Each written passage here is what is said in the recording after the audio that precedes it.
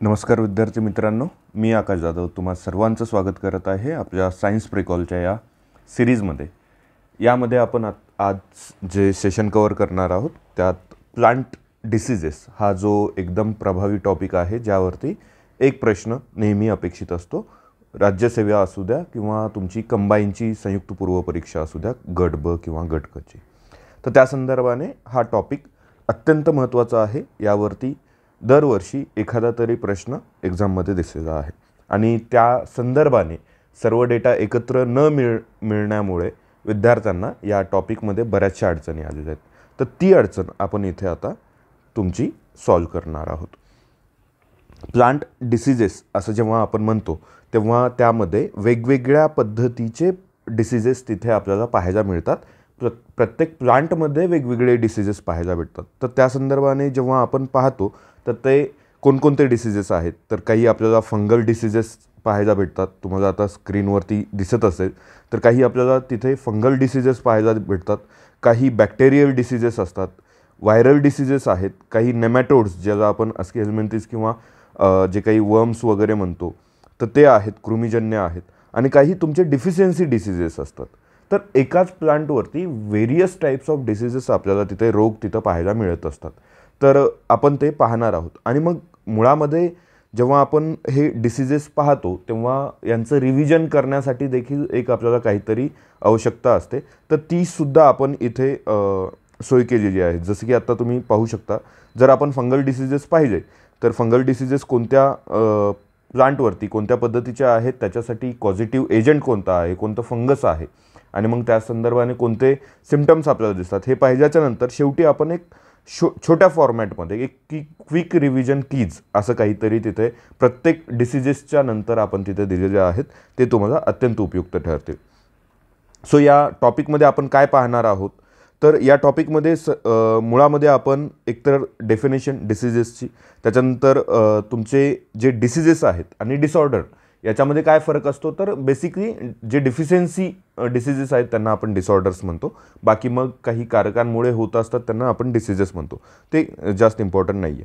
पण मेजर जे डिसीजेस आहेत, जे मी तुम्हाला म्हटलं की फंगल डिसीजेस असतील, बॅक्टेरियल असतील, व्हायरस असतील, नेमॅटोड असतील, आणि मग देन डिफिशियन्सी डिसीजेस, अशा पद्धतीने आपण हा टॉपिक कवर करणार आहोत.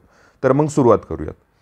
सर्वप्रथम तर जे काही सूक्ष्मजंतू आहेत किंवा पर्यावरणातील इतर काही कारणं आहेत किंवा काही न्यूट्रिशनच्या डिफिशियन्सीमुळे होणारे जे काही रोग आहेत त्यांना आपण वनस्पतीमध्ये त्यांना आपण वनस्पतीचे रोग असं म्हणतो.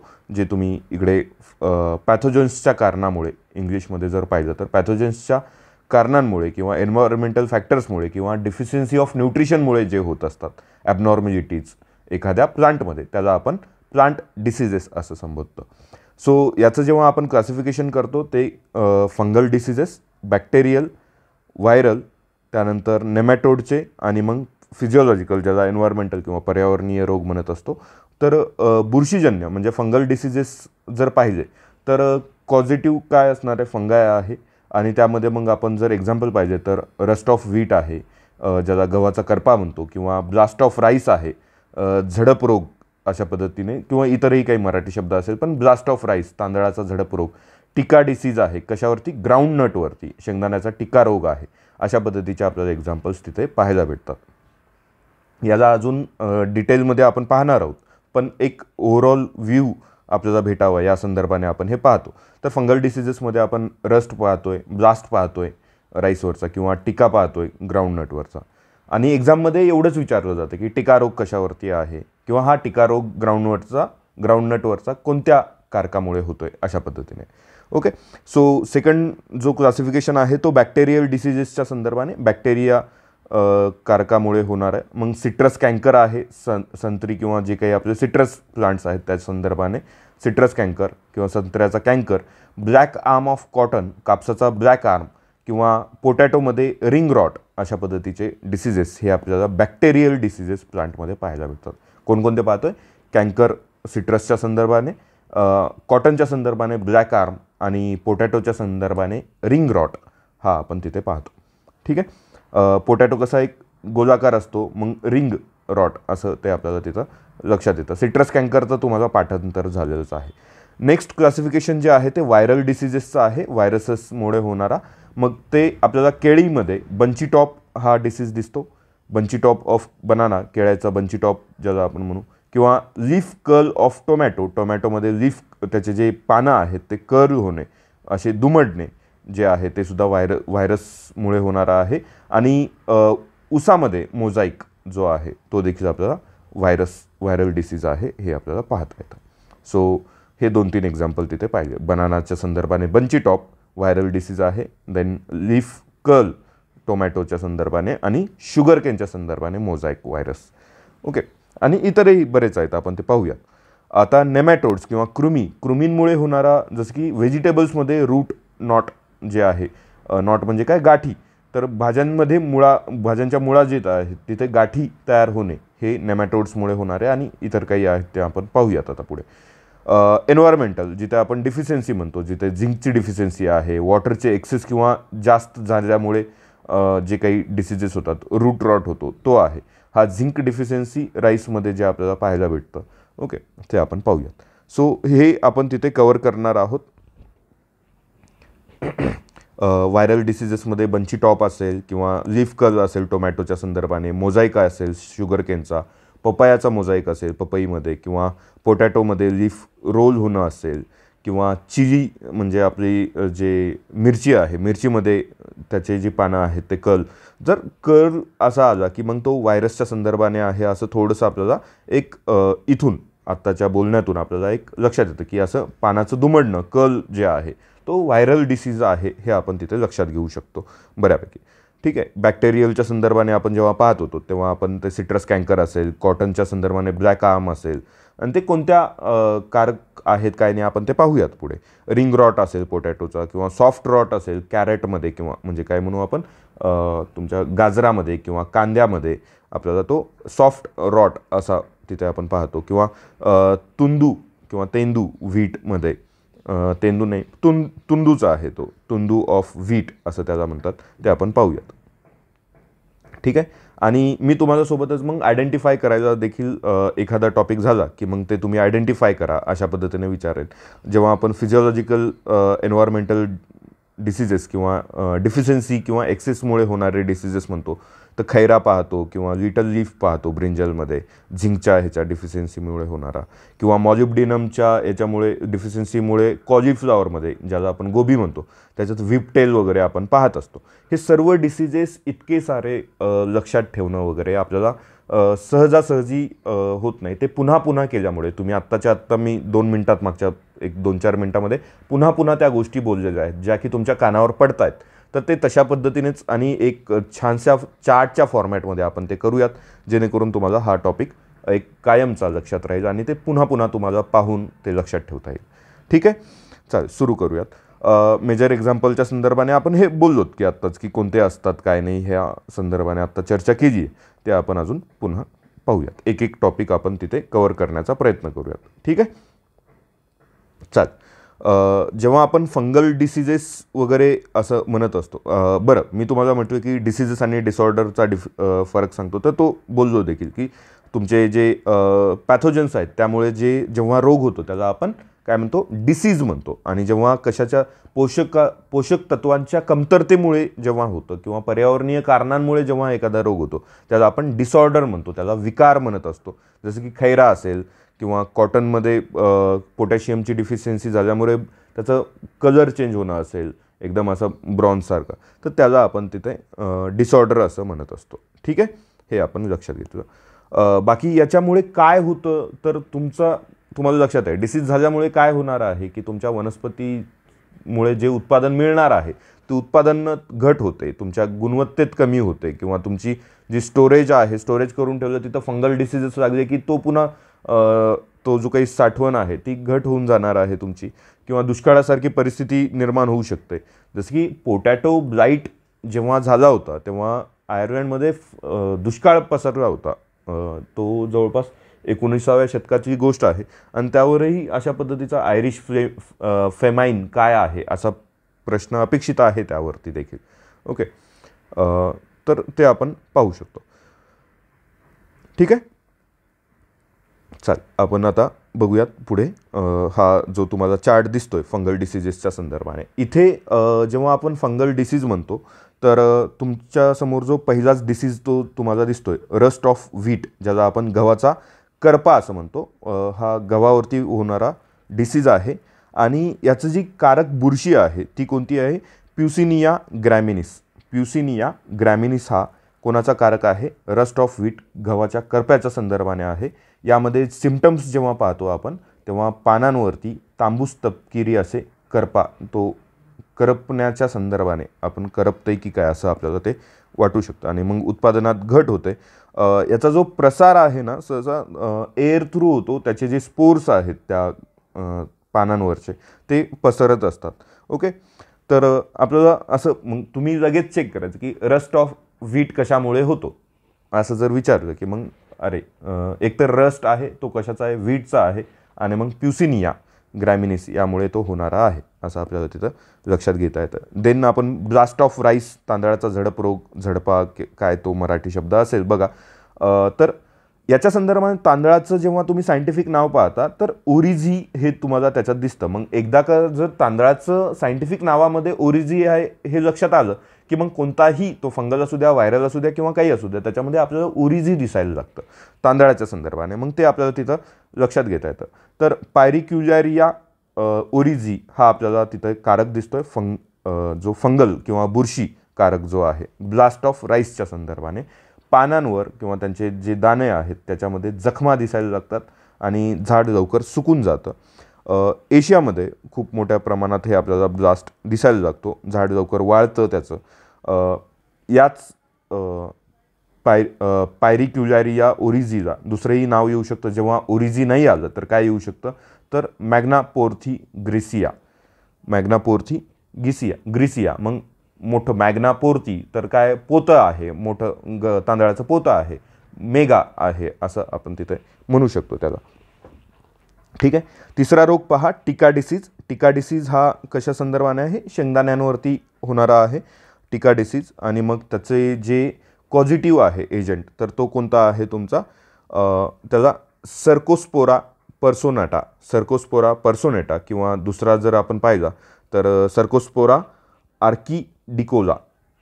सर्कोस्पोरा आर्किडिकोला. आता मला खात्री आहे हे काही लगेच पाठांतर होणार नाही आहे. मी सांगतोय आणि तुम्हाला पाठ झालं असं काही चमत्कार होणार नाही आहे. ते तुम्हाला पुन्हा पुन्हा पाहावं लागेल आणि मग ते लिहूनही पाहावं लागेल. आणि मग मी जे म्हटलं की अशा पद्धतीने आपल्याला काही करता येतं क्विक रिव्हिजन, तेव्हा मग ते तुम्हाला अजून क्विक शब्द पुन्हा पुन्हा पाहून ते होऊन जाईल. असं जस्ट शॉर्टमध्ये लिहायचं की काय लिहिता येईल आपल्याला. मागे जे आपण पाहिलं की ब्लास्ट राईस ब्लास्ट आणि मग ओरिझी पायरिक्युलॅरिया लिहा किंवा मॅग्नोपोर्थी लिहा.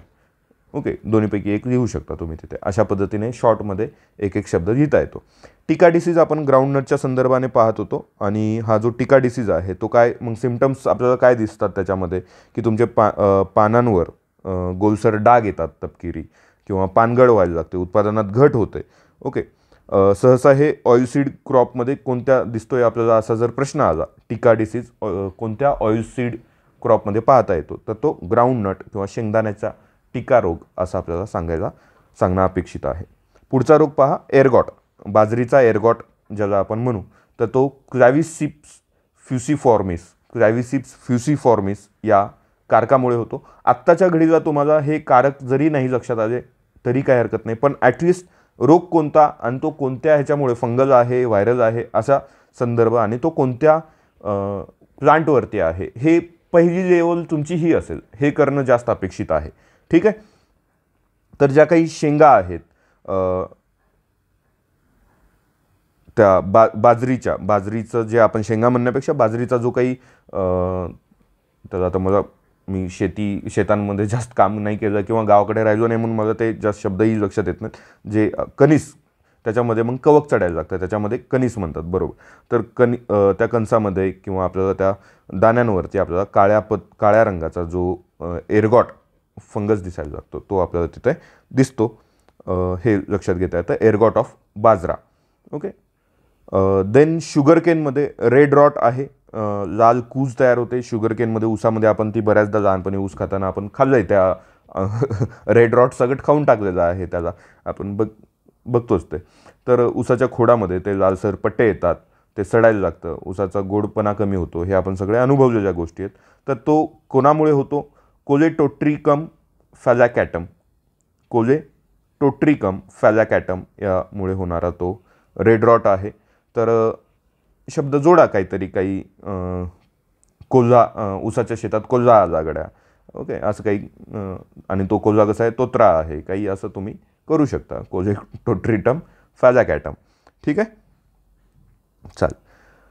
पुढचा मी विचारेन तुम्हाला तेव्हा, मग म्हणजे आत्ता विचारेन इन द सेन्स, आता तुम्ही तर काही लाईव्ह नाही आहेत, तुम्ही हे ऐकत असाल तेव्हा तुम्हाला काय करायचं की मी जेव्हा म्हणेल की रेड रॉट कशाचा आहे किंवा एअरगॉट कशाचा आहे, तर तो सांगण्याचा प्रयत्न करायचा. आणि मग मी पुन्हा अजून काय करेल की एक फॉर्मॅट असाही घेईल की जी बुरशी आहे, एजंट आहे, त्याचं नाव घेईल आणि मग तो कशाचा आहे हे सांगण्याचा, आठवण्याचा प्रयत्न करा तुम्ही. मग ॲटलिस्ट थोडंसं आत्ताच्या आत्ता कराल तर ते तुम्हाला लक्षात येईल. आणि मग हेच टप्पे पुन्हा पुन्हा केल्याने ते पाठांतर होतं. पाठांतराचे हेच टप्पे आहेत, वेगळे काही नाही आहेत. ओके. पावडरी मिल्ड्यू जो आहे, बुरशी रोग, तो कशावरती आपल्याला, गहू असेल किंवा द्राक्ष असेल किंवा वटाणे असतील, अशा अनेक पिकांवरती आपल्याला तो दिसतो. आणि मग कधी द्राक्ष देतं, कधी गहू देतं, कधी वटाणा देतं. त्याच्यामुळं पोरं कन्फ्यूज होतात की एकत्र ते पाहायला भेटत नाही ना, त्याच्यामुळे मग अशा गोष्टी घडतात. मग पावडरी मिल्ड्यू आपल्याला कशा कशात दिसतो? आपल्याला द्राक्षांमध्ये, गव्हामध्ये, वटाण्यामध्ये दिसतो आपल्याला. ओके. अजूनही काही पिकं असतील, पण ॲटलिस्ट हे 2-3 पिकं आपल्याला लक्षात ठेवता येतील. एरिसिफी, जो हा, आता ते SPP याचं लॉंग फॉर्म मलाही लक्षात येत नाही आहे, तर एरिसिफी एवढंच लक्षात घ्या तुम्ही आताच्याला. तर यामुळे होणारा तो पावडरी मिल्ड्यू आहे. पानांवरती पांढरे पावडरचे थर तयार होतात. हे आपल्याला बऱ्याचशा द्राक्षामध्ये, वटाण्यामध्ये, गव्हामध्ये दिसतो. डाउनी मिल्ड्यू, आता डाउनी मिल्ड्यू कशामध्ये? मैज म्हणजे मका आणि मग द्राक्ष याच्यामध्ये आपल्याला पाहतो. तर पेरोनॉस्क्लेरोस्पोरा सॉर्गी किंवा प्लाझ्मोपॅरा विटिकोला, हे असे मोठे मोठे नावं आहेत. याच्यात सगळे करण्याची गरज नाही आहे. मी सांगेन तुम्हाला जेव्हा आपण PYQ वगैरे बघू, याच्या संदर्भाने बघूयात कालांतराने, तेव्हा तुम्हाला लक्षात येईल की काय लक्षात घ्यायचं आहे. ओके. सध्याच्याला लेवल 1 मी जी सांगतोय तेवढं लक्षात घ्या. डाउनी मिल्ड्यू आपल्याला मेजमध्ये, मक्यामध्ये किंवा द्राक्षांमध्ये दिसतं.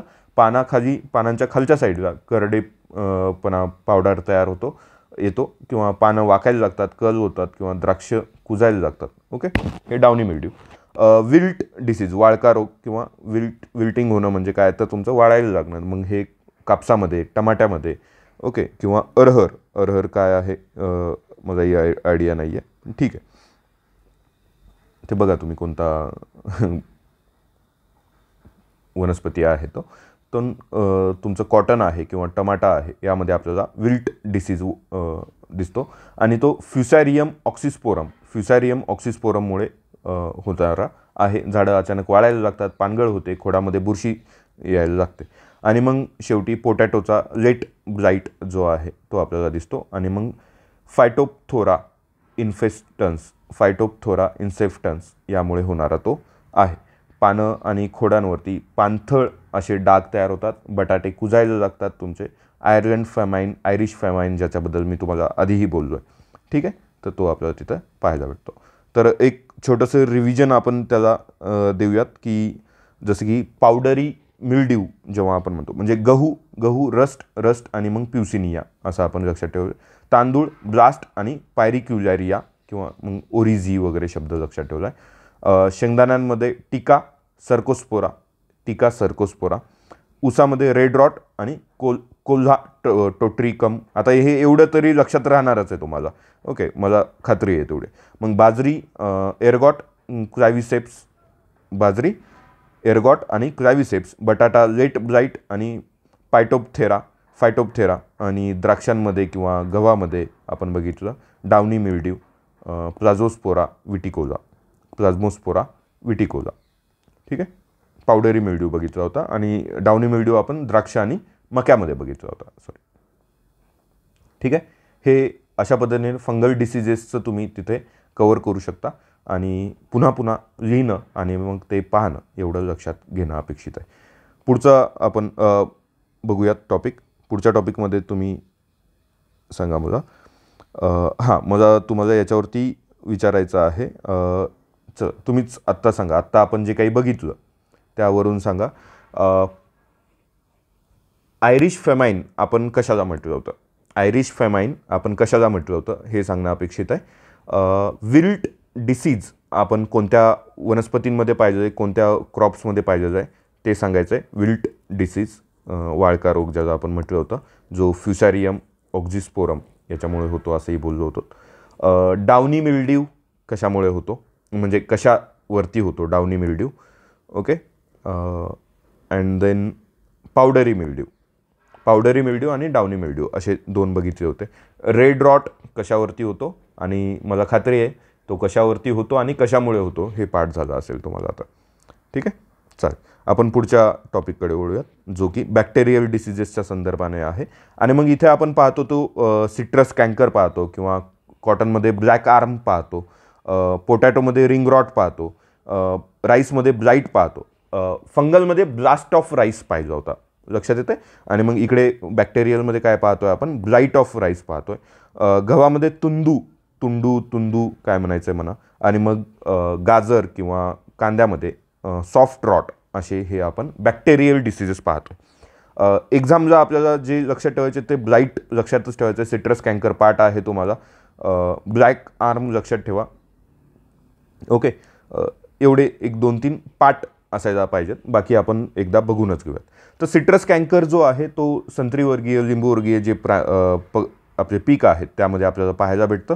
आणि मग झॅन्थोमोनास सिट्री हा जो बॅक्टेरिया आहे, झॅन्थोमोनास सिट्री तिथं देतील न देतील, पण झॅन्थोमोनास जरी बाकीच्या प्रत्येक याच्यामध्ये आपल्याला दिसतोय वेगवेगळा, पण दिला नाही तर आपल्याला तो लक्षात ठेवण्यासाठी गरजेचं आहे. पण सहसा सिट्री दिलं की सिट्रस कँकर तुम्ही जोडता येईल.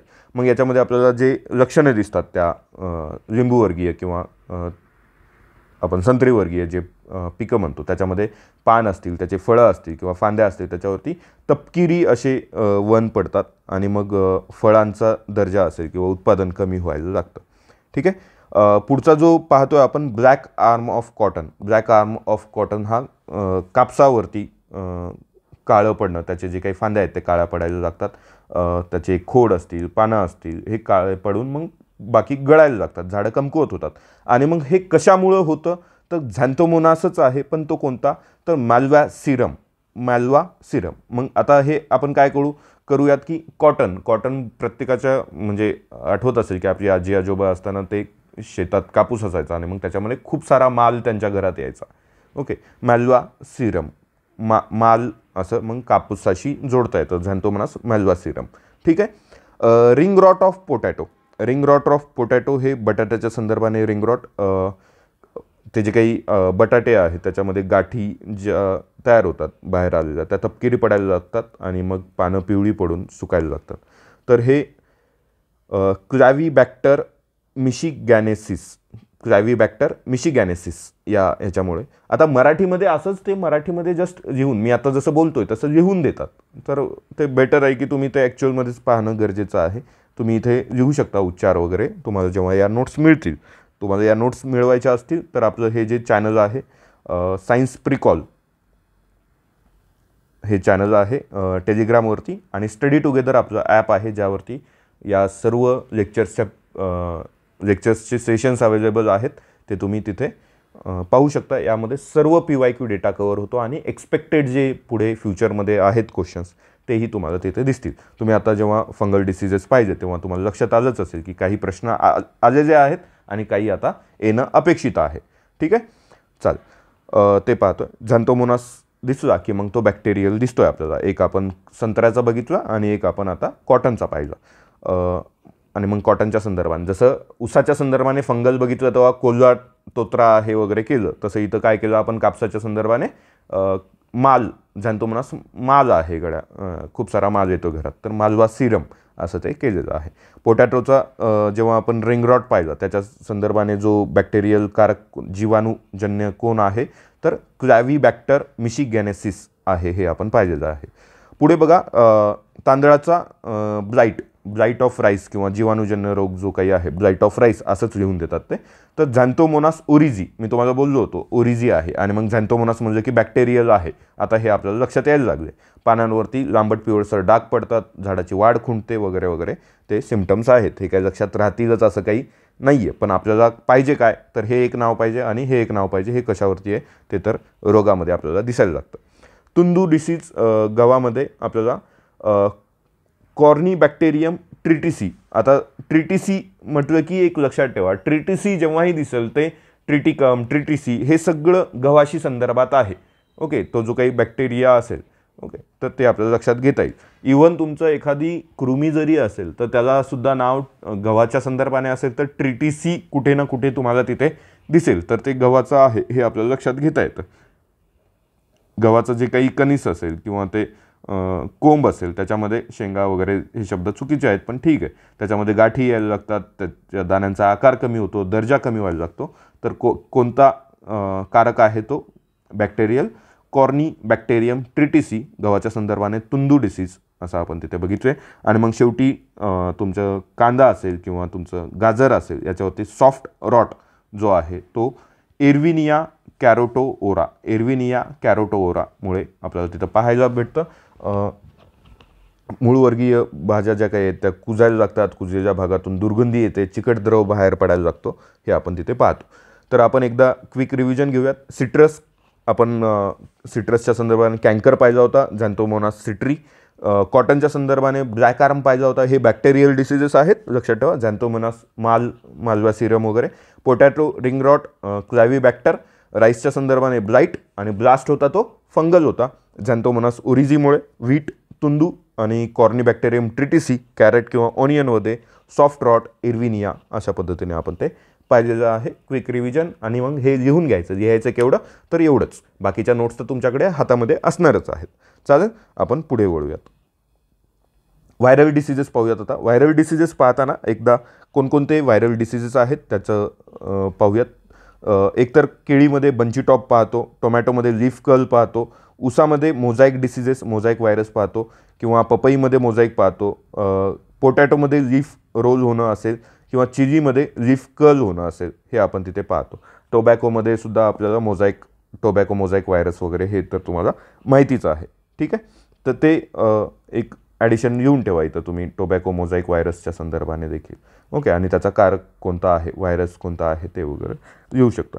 ठीक आहे, तर बंची टॉप जेव्हा पाहतो तेव्हा कारकसुद्धा त्यांनी ते बनाना बंची टॉप व्हायरस वगैरे असंच संदर्भाने सांगितलं आहे. हे व्हायरल आहेत हे लक्षात यायला पाहिजे. त्यांची पानं गाठीसारखी एकत्र जमायला लागतात केळीमध्ये आणि झाडाची वाढ खुंटते, केळीसुद्धा लहान राहतात. ओके, या केळी जेव्हा लहान राहतात तेव्हा त्या मार्केटमध्ये जे फेमस छोट्या छोट्या केळी आहेत खूप महाग असतात त्या समजून खायच्या नाही, ते आजारी असलेल्या रोग पसरलेल्या केळी आहेत. ठीक आहे, टोमॅटोमध्ये लीफ कर्ल होतो, आपण बोललो की लीफ जेव्हा कर्ल होतो तो आपल्याला इकडे पाहायला भेटतो विषाणूजन्यामध्ये. आणि मग टोमॅटो लीफ कर्ल व्हायरस, पानं वरच्या साईडने वागतात, झाडाची वाढ थांबते. ओके, हे आपल्याला पाहता येतं. मोझाईक डिसीज शुगर केनचा जेव्हा म्हणतो आपण, शुगर केन मोझाईक व्हायरस, पानांवरती फिकट आणि गडद असे हिरव्या रंगाचे पट्टे दिसायला लागतात. पपाया मोझाईक, पुन्हा तेच पानांवरती अनियमित हिरवे पिवळे पट्टे दिसायला लागतात, पानं सुरकुत्या पडायला लागतात आणि मग ते वाढायला लागतं. पोटॅटो लीफ रोल जेव्हा म्हणजे तेच पोटॅटो लीफ रोल व्हायरस, मग पानं वरच्या साईडने वाकणे, झुकणे वरच्या साईडने, हे लक्षात घ्या, वरच्या साईडने झुकतायत ही पानं. ओके, जेव्हा आपण व्हायरल डिसीजेस म्हणतोय, खोड कमजोर होतं, बटाट्याचं उत्पादन कमी व्हायला लागतं. आणि मग चिली लीफ कर्ल हे सुद्धा आपल्याला तशाच पद्धतीने पिवळसर वगैरे पानं गुंडाळली जात आहेत हे आपण पाहतो.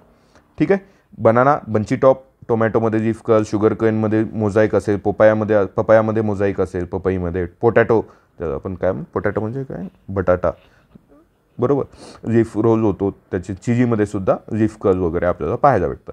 आता हे व्हायरलमध्ये आपल्याला काही जास्त ताण नाही आहे. मग फक्त एवढं लक्षात घ्या, आपण आत्तापर्यंत पुन्हा एकदा रिव्हिजनमध्ये येणारच आहे, तेव्हा तुम्हाला या सेशनच्या एंडमध्ये ते किती पाठांतर झाले हे लक्षात येऊन जाईल. नेमॅटोड डिसीजेस पाहूयात आता आपण. नेमॅटोड डिसीजेस प्लांटमध्ये, वनस्पतीमध्ये कृमीजन्य, ज्याला अस्की एलिमेंटिस वगैरे आपण म्हणतो, तर ते कोणते आहेत.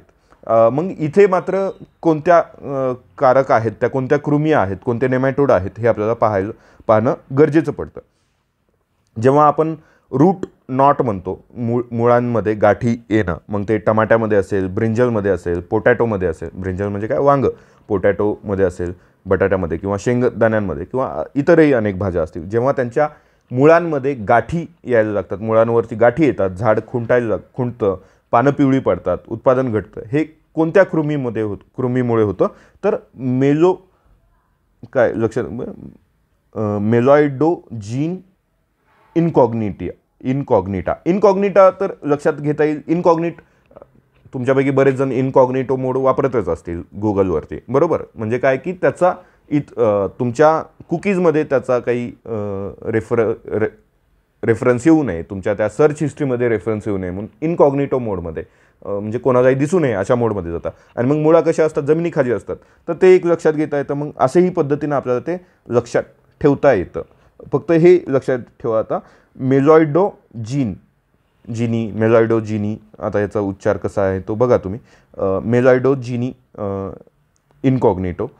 कॉग्निटा हे आपल्याला गाठी तयार होणं कुठे, मुळांमध्ये, मग ते टमाट्यात असेल, वांग्यात असेल किंवा तुमच्या बटाट्यात असेल किंवा शेंगदाण्यांमध्ये असेल, हे पाहायला भेटतं.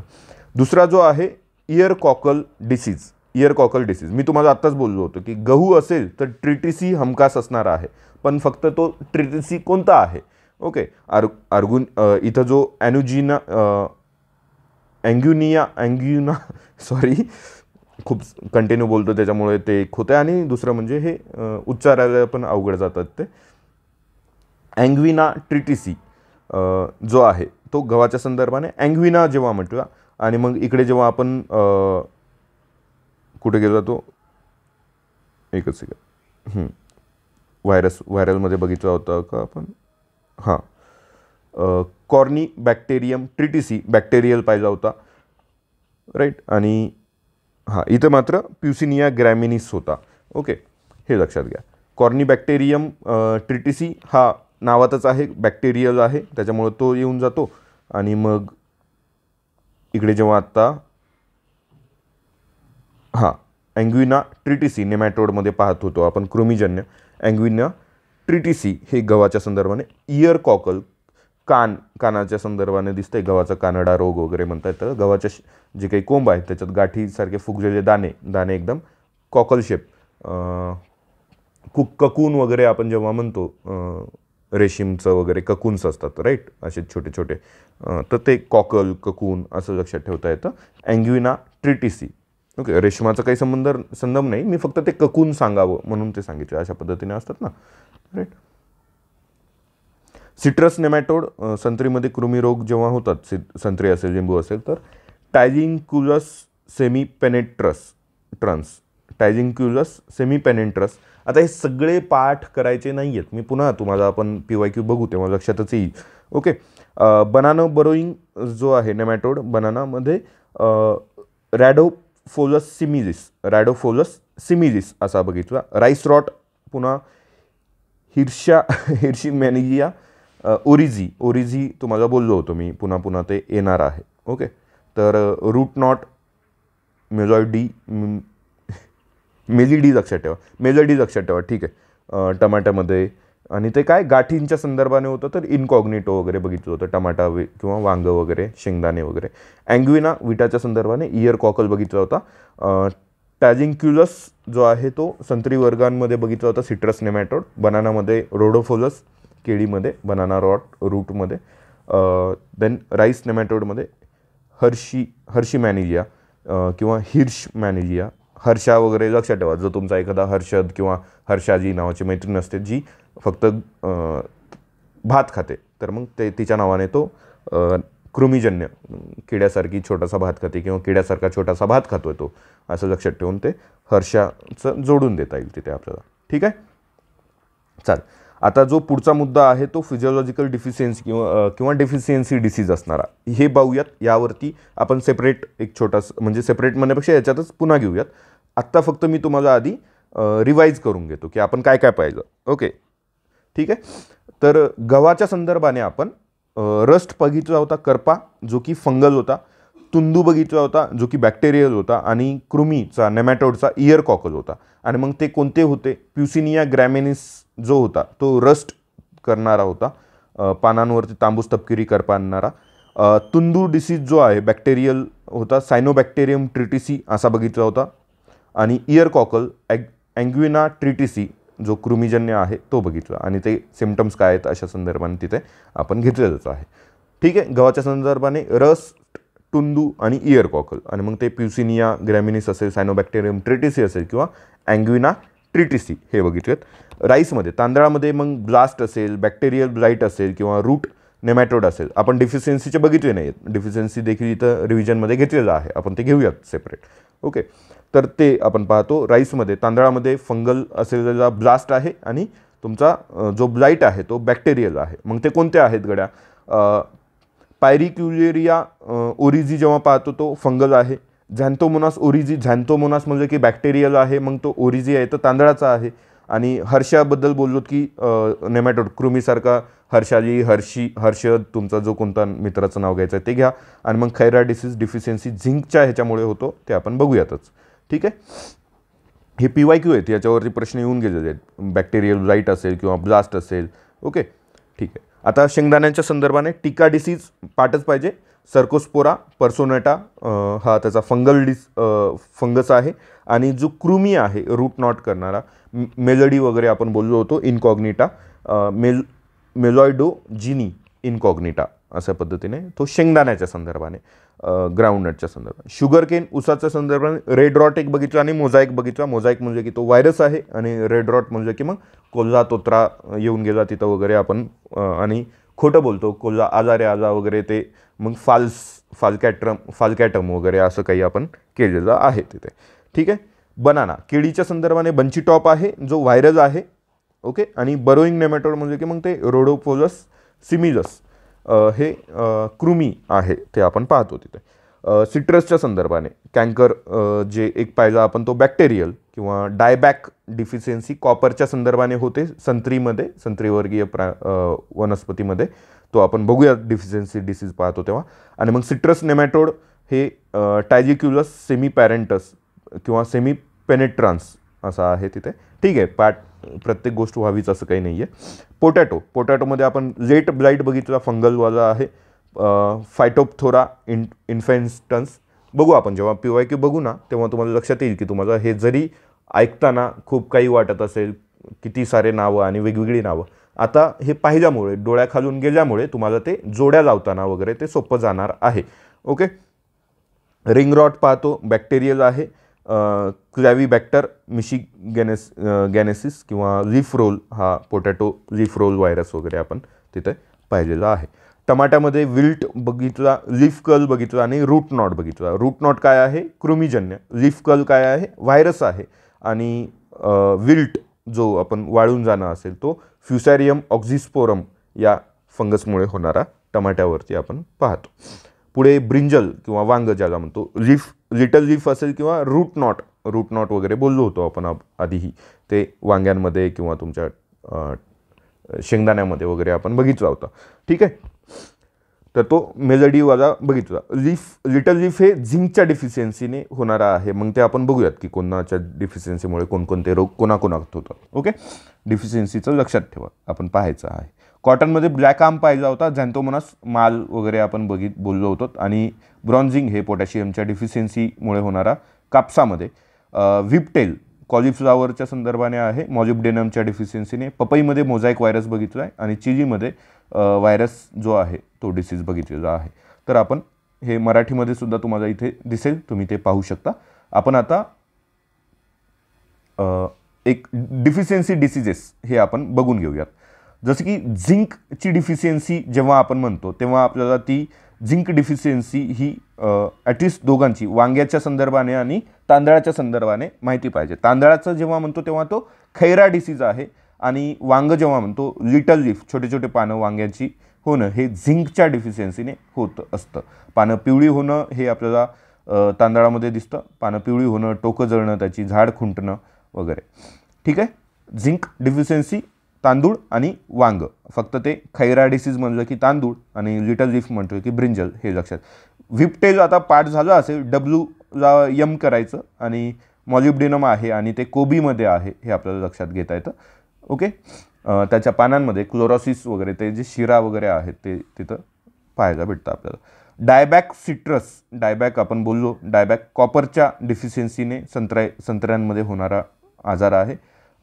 त्याच्यानं टीप जे आहेत बर्न होणे, शुगर बीटचे, आपल्याला शुगर बीट म्हणजे काय म्हणतात शुगर बीटला, बघा आठवत असेल तर तुम्ही, बीटच म्हणे, बीटरूट वगैरे. ठीक आहे, तर कॅल्शियमच्या डिफिशियन्सीमुळं त्याचे टिप्स हे होत असतात. तुम्ही बीटरूट वगैरे खात असता जेवणामध्ये वगैरे, रेड कलरचा असतो तो. ओके, थोडंसं जरी हाताला लागलं की पूर्ण हात तो पिंक किंवा रेड व्हायला लागतो आपला. ठीक आहे, त्याची टोकं जळालेली असतात, डागं पडतात, तर ते कॅल्शियमच्या डिफिशियन्सीमुळे होणारं आहे. क्लोरोसिस, पानं जी आहेत पिवळी होणं, तर हे अनेक पिकांमध्ये घडतं क्लोरोसिस. आता ते कोणत्या क्लोरोसिस आहे, मग तो नायट्रोजनमुळे होणारा आहे, आयनमुळे होणारा आहे का मॅग्नेशियमच्या डिफिशियन्सीने होणारा आहे, हे आपल्याला पाहणं अपेक्षित आहे. मी पुन्हा एकदा डिफिशियन्सीच्या संदर्भाने काही या एवढ्याशा माहितीवरून जर होत नसेल तर एक छोटासा वेगळा 1-5-10 मिनिटाचा व्हिडिओ तुमच्याशी शेअर करेन जर गरज असेल तर. ओके, अदरवाईज नाही. मग आपल्याला काय लक्षात घ्यायचं आहे, नायट्रोजन, आयन आणि मॅग्नेशियमच्या डिफिशियन्सीमुळे अनेक पिकांमध्ये क्लोरोसिस होत असतो. ओके, नेक्रोसिस जो आहे, नेक्रोसिस पानं तपकिरी पडणं किंवा कोरडी होणं. क्लोरोसिस काय, पिवळी पडणं, आणि तपकिरी किंवा कोरडी होणं हे नेक्रोसिस आहे. मग ते तुम्हाला कशामध्ये कोरडं किंवा गळणं असेल त्यांचं कशामध्ये दिसतं आपल्याला, पोटॅशियमच्या डिफिशियन्सीने, कॅल्शियमच्या किंवा मॅग्नेशियमच्या डिफिशियन्सीने आपल्याला नेक्रोसिस होत असताना दिसतो. डायबॅक जो आहे मँगोचा, संत्रीचा जेव्हा होता तो कॉपरमुळे होता आणि आंब्यामध्ये जो आहे तो कॅल्शियमच्या डिफिशियन्सीने आहे. कॅल्शियमच्या डिफिशियन्सीने आपण शुगर बीटमध्ये सुद्धा टीप बर्न होताना पाहिलेलं आहे. आणि मग पुन्हा पोटॅशियमच्या डिफिशियन्सीने कॉटनची ब्रॉन्झिंग होते, हे एक आपल्याला पाहता येतं. ठीक आहे, चाल. राईस, खैरा, झिंकची डिफिशियन्सी. वांग, लिटल लीफ, झिंकची डिफिशियन्सी आहे. कॉलीफ्लॉवर, मॉलिब्डेनमची आहे. सिट्रस, डायबॅक कॉपरचा आहे. डायबॅक अजून आपण कशात बघितलेलं आहे, आंब्याच्या संदर्भाने कॅल्शियमची डिफिशियन्सी बघितली होती. शुगर बीट, टीप बर्न होते कॅल्शियमच्या डिफिशियन्सीने. मग क्लोरोसिस, नायट्रोजन, फेरस, मॅग्नेशियम, याच्यामुळे ना फोटोसिंथेसिस व्हायला कमी होतं, म्हणजे फोटोसिंथेसिस होत नाही, प्रकाश संश्लेषण क्रिया एकदम मंद होते. कारण आपल्याला हिरवी पानं असतील तर ते घडू शकतं चांगल्या पद्धतीने, पिवळी पडल्यावर नाही घडणार आहेत. नेक्रोसिस हे पोटॅशियम, कॅल्शियम आणि मॅग्नेशियमच्या डिफिशियन्सीने होताना दिसतो. चाल, हा व्हिडिओ पॉसिबल झाला तर मी यूट्यूबवरती शेअर करेन. तुम्हाला सायन्स प्रिकॉल हे आपल्या टेलिग्रामचं चॅनल आहे ते जॉईन करायचं आहे. यूट्यूबचं चॅनल आकाश जाधव नावाने आहे, ते तुम्ही सबस्क्राईब करा. त्यावरती व्हिडिओ बरेचसे मी टाकत जाईन. हा कॉन्टॅक्ट नंबर आहे. इतर ज्या बॅचेस आहेत, हां महत्त्वाचं, 1 ऑक्टोबर ते 15 ऑक्टोबर आपली 6th प्रिकॉल बॅच सुरू होती आहे. यापूर्वी आपल्या प्रिकॉलच्या 5 बॅचेस झालेत आणि त्या 5ही बॅचच्या विद्यार्थ्यांनी ऑलमोस्ट 15पैकी 10+ मार्क्स मिळवलेले आहेत. काही लोकांनी 12-14ही मार्क्स मिळवलेले आहेत. तुम्ही या बॅचेस जॉईन करा आणि त्या शर्यतीमध्ये पुढे जाण्याचं काम तुम्हीही करू शकता. भेटूयात आपण पुढे पुन्हा एकदा. चालेल, थँक्यू सो मच.